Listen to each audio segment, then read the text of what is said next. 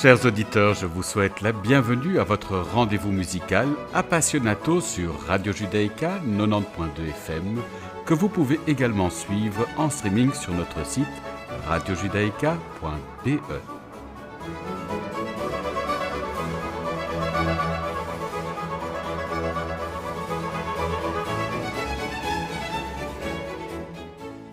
Nous avons l'immense plaisir d'accueillir aujourd'hui Éric Lesage qui vient nous présenter un coffret impressionnant dédié à la musique de chambre de Johannes Brahms.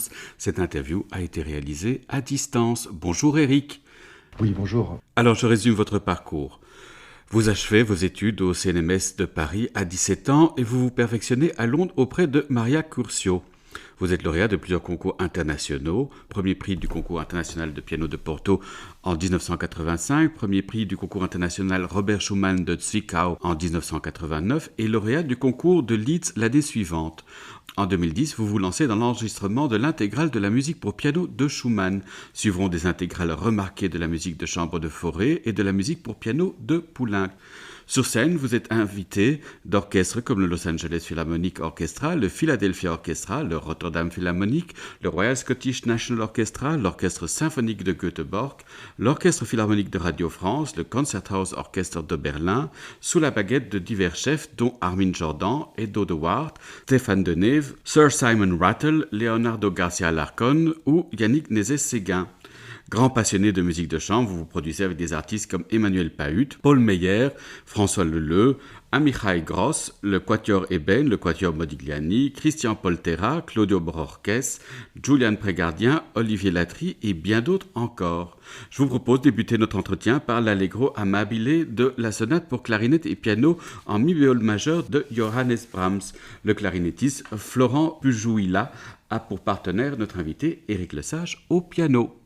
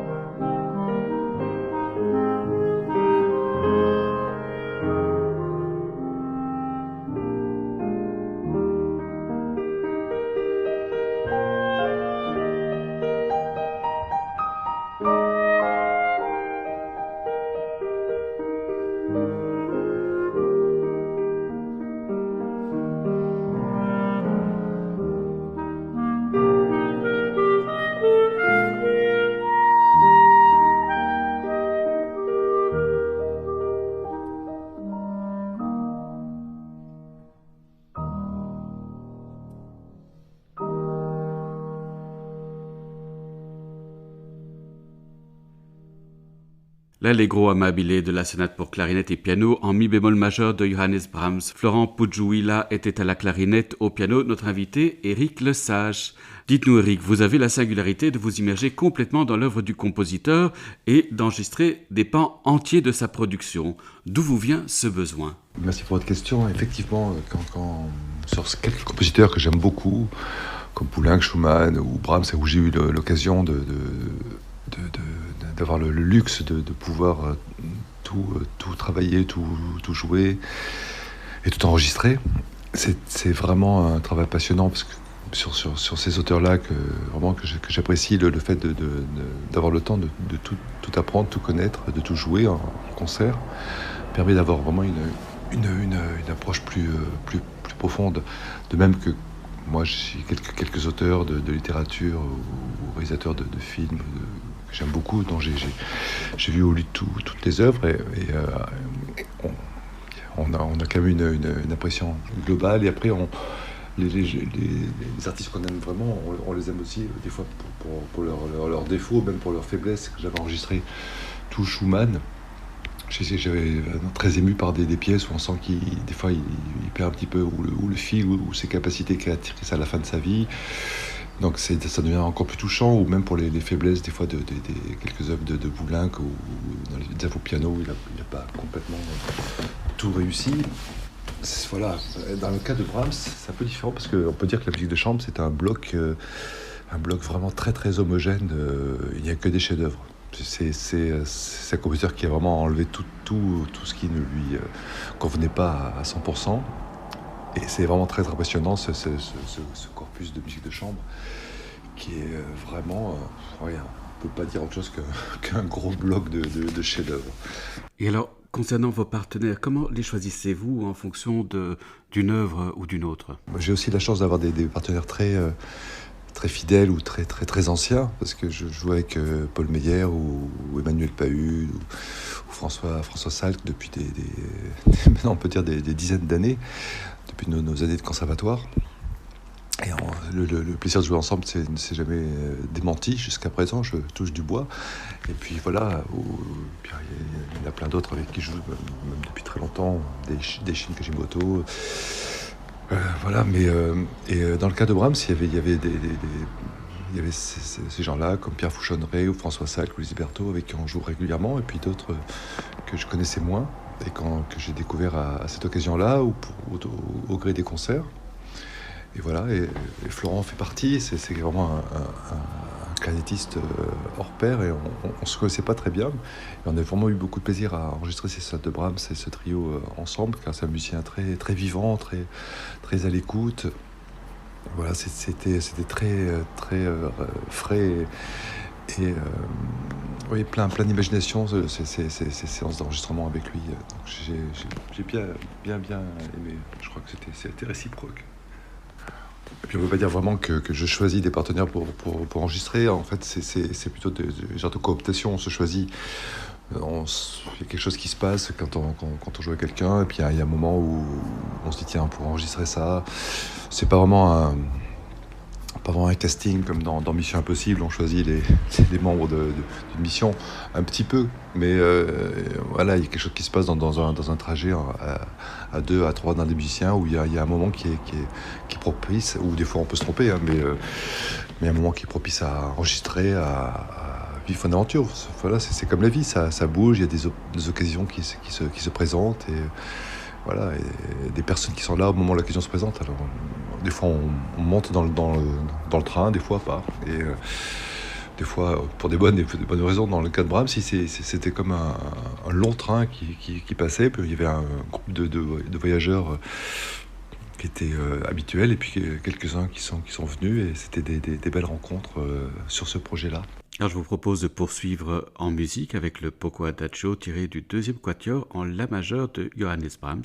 Notre invité, Éric Lesage, est entouré de Pierre Fouchonneret au violon, de Lise Berthaud à l'alto et de François Salk au violoncelle.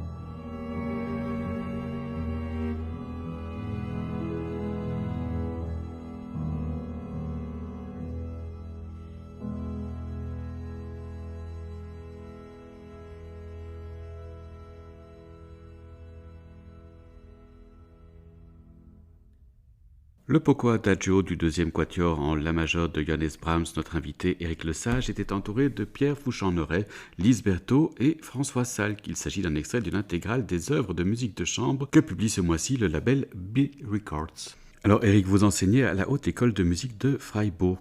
Quel est le message que vous souhaitez transmettre en priorité à vos étudiants ? Oui, j'enseigne depuis 10 ans à la Hochschule de Freiburg en Allemagne. Et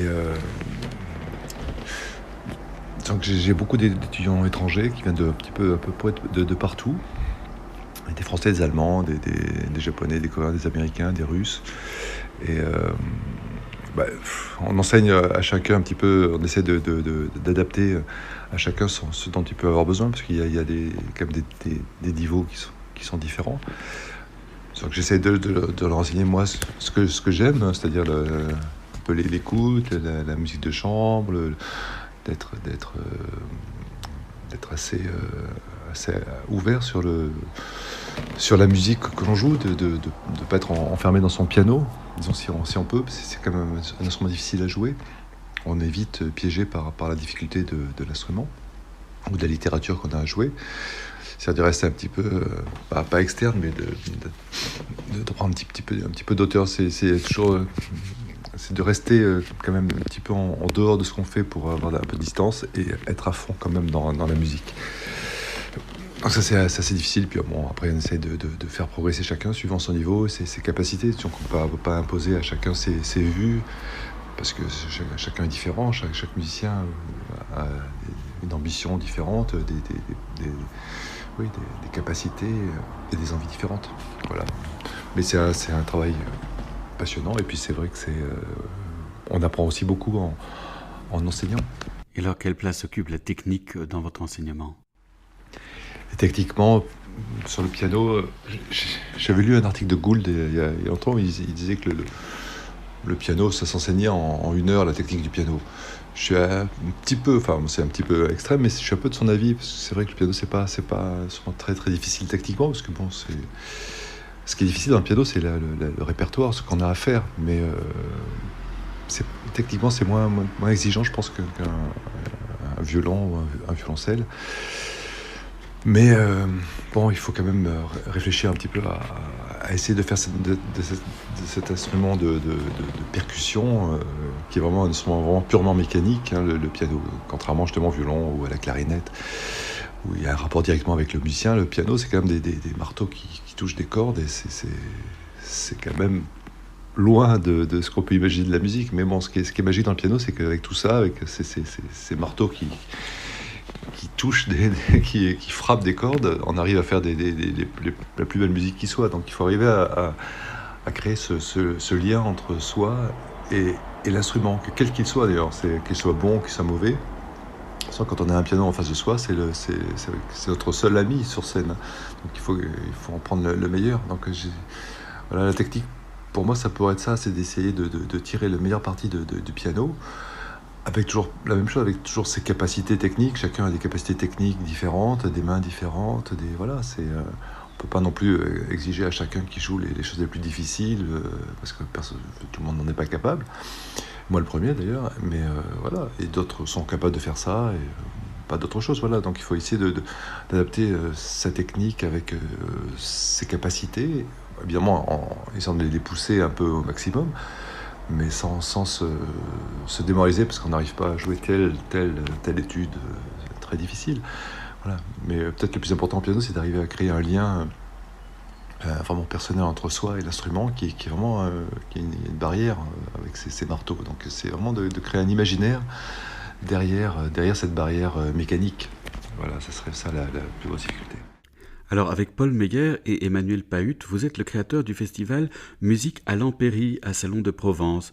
Quelle est la philosophie de programmation de ce festival ?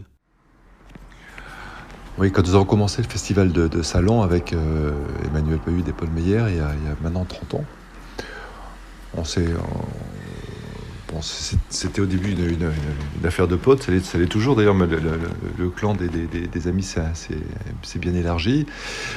Mais oui, la philosophie, c'était vraiment de se faire, comme beaucoup de festivals de musique de chambre d'ailleurs, mais un lieu de rencontre pour jouer vraiment les répertoires qu'on qu'on voulait jouer sans attendre qu'une salle de concert nous le propose. Quand on avait 25 ans, c'était vraiment notre but, parce qu'on avait plein d'œuvres qu'on voulait découvrir, jouer, et c'est vrai que ça donne un but d'avoir un concert quel qu'il soit. Alors c'était un tout petit festival à l'époque, et voilà, ça donnait un but pour travailler, faire venir des amis.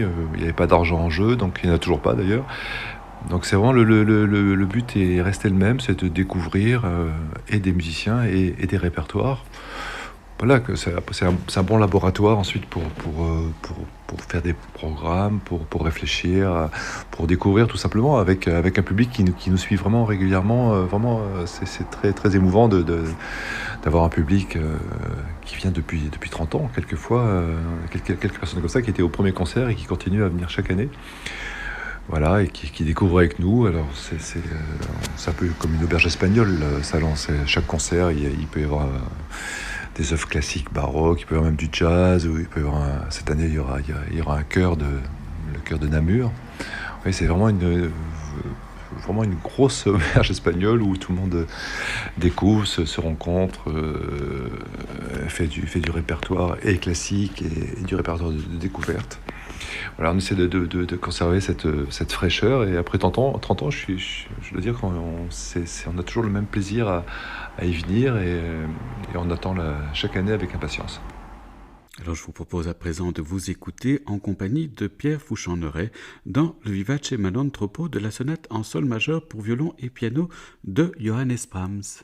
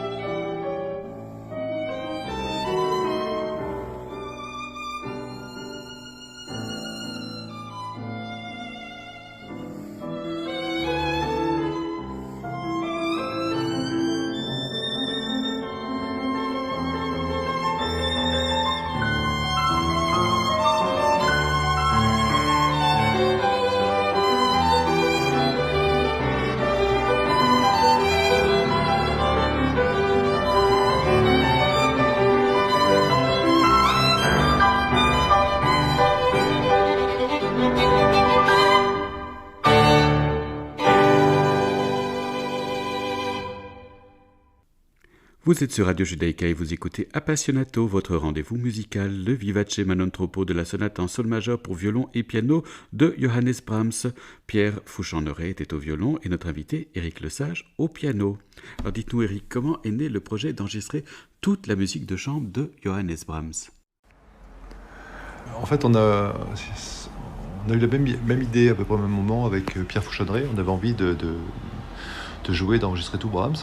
Et comme on joue ensemble à ce moment-là, on s'est dit que ce serait pas une mauvaise idée de le faire ensemble. Et comme on jouait aussi beaucoup avec Lise Berthaud et François Salk, ça a créé un bon noyau dur de musiciens avec lesquels on avait déjà beaucoup joué ce répertoire, les quatuors avec piano, les trios, les sonates. Et voilà. Et ensuite, avec l'aide de Berry-Cord et de la belle saison qui nous a permis de jouer dans des salles qui faisaient partie de leur réseau de salles. On a pu faire des concerts, des enregistrements de ces concerts, travailler après un petit peu sur la post-production de ces concerts live pour que ça soit un live vraiment des qualités de studio, essayer de joindre un petit peu le live, c'est-à-dire la vie qui se passe dans un concert, plus la perfection technique d'un travail de studio. Voilà, et puis sur les albums à partir du milieu de la série, les pianomanes sont venus nous donner un coup de main sur les pianos, parce qu'ils avaient un piano que j'avais eu le plaisir de découvrir, un genre de prototype maintenant qu'ils fabriquent d'une façon plus industrielle, on va dire, mais c'est un piano très très très étonnant, très original, à cordes parallèles, c'est-à-dire une esthétique un petit peu de piano ancien, pas de piano forte, mais piano du 19e siècle, sur une facture de piano moderne. Donc ça crée des pianos très clairs, très définis dans le bas médium, surtout où souvent les pianos sont un peu lourds, les pianos modernes. Voilà, donc ces pianos-là nous ont bien aidés à continuer le travail de Brahms.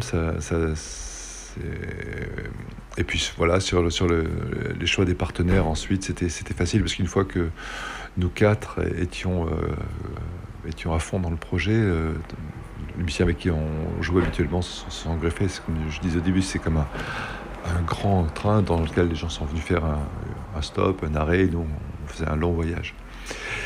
Et le projet a pris 3-4 ans. On l'a terminé avec des pièces que je tenais vraiment à mettre dans l'intégrale. C'est les pièces pour 4 mains et pour 2 pianos de Brahms. Parce qu'on connaît quelques danses hongroises, mais on ne connaît pas vraiment la sonate opus 34, qui est la version pour 2 pianos du quintet, ou plein de petites pièces de 4 mains qui sont formidables. Voilà, on a terminé avec ça. Et justement sur ces pianomènes.